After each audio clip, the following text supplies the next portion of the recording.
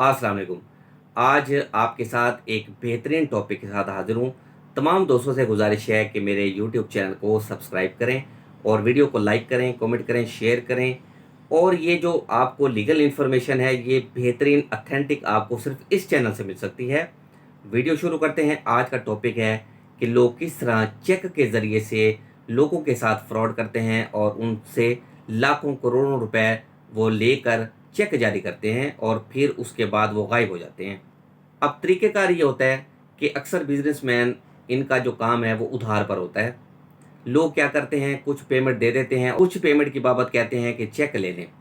अब होता यूँ है कि अगर आपने किसी से उधार लेनी है, तो वो शख्स आपको एक चेक जारी करता है कि आप बकाया रकम की हद तक ये मुझसे चेक ले लें और मुकर्रर तारीख पर जाकर बैंक से कैश करवा लीजिएगा।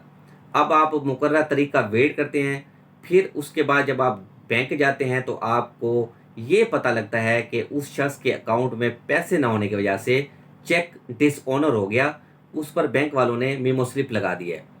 अब आपने परेशान नहीं होना।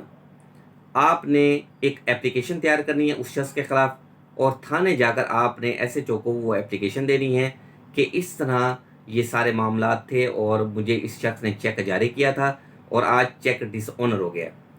तो एसएचओ वो ड्यूटी बाउंड है कि आपकी दरख्वास्त पर वो एफआईआर दर्ज करे।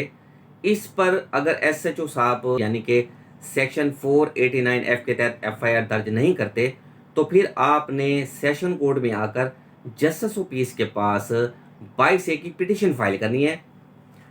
उसमें जस्टिस ऑफ पीस एसएचओ को डायरेक्शन जारी करेंगे कि आप दरखास्त पर एफआईआर दर्ज करें, जिस पर एसएचओ वो ड्यूटी बाउंड हो जाएगा कि वो आपकी दरखास्त पर एफआईआर दर्ज करे। अगर डायरेक्शन के बावजूद एसएचओ पर्चा दर्ज नहीं करता, तो फिर आपने सेम कोर्ट में आकर कंप्लाइंस पिटीशन फाइल करनी है। उसमें फिर ये होगा कि एसएचओ साहब एट एनी कॉस्ट एफआईआर दर्ज करेंगे और दर्ज करके उसकी कॉपी कोर्ट में पेश करेंगे। ये है फौजदारी कार्रवाई। उसके बाद बेल की स्टेज है, मुलजिम बेल करवाएंगे या फिर आप उनको गिरफ्तार करवा लेंगे तो वो जेल चले जाएंगे। फिर उसका ट्रायल होगा। ट्रायल में मुलजिम या बरी हो जाएंगे या फिर उनको सजा हो जाएगी। ये है फौजदारी कार्रवाई। फौजदारी कार्रवाई के साथ साथ मैं आपको आपको सिविल एक प्रोसीडिंग्स बताता हूँ। शॉर्टकट है, आपके मरे हुए पैसे बरामद हो जाएंगे। आपने उस शख्स के खिलाफ रिकवरी ऑफ मनी यानी कि रिकवरी ऑफ अमाउंट का सिविल दावा दायर करना है। ऑर्डर 37 के तहत आप ये दावा दायर करेंगे। सेशन जज साहब खुद सुनेंगे या फिर एडिशनल सेशन जज साहब इस केस को सुनेंगे। ये सिविल सूट है, ये समरी ट्रायल है। 6 महीने के अंदर अंदर इस केस का फैसला होना होगा और इसका ये फ़ायदा है कि जो आपकी मरी हुई रकम है वो रिकवर हो जाएगी।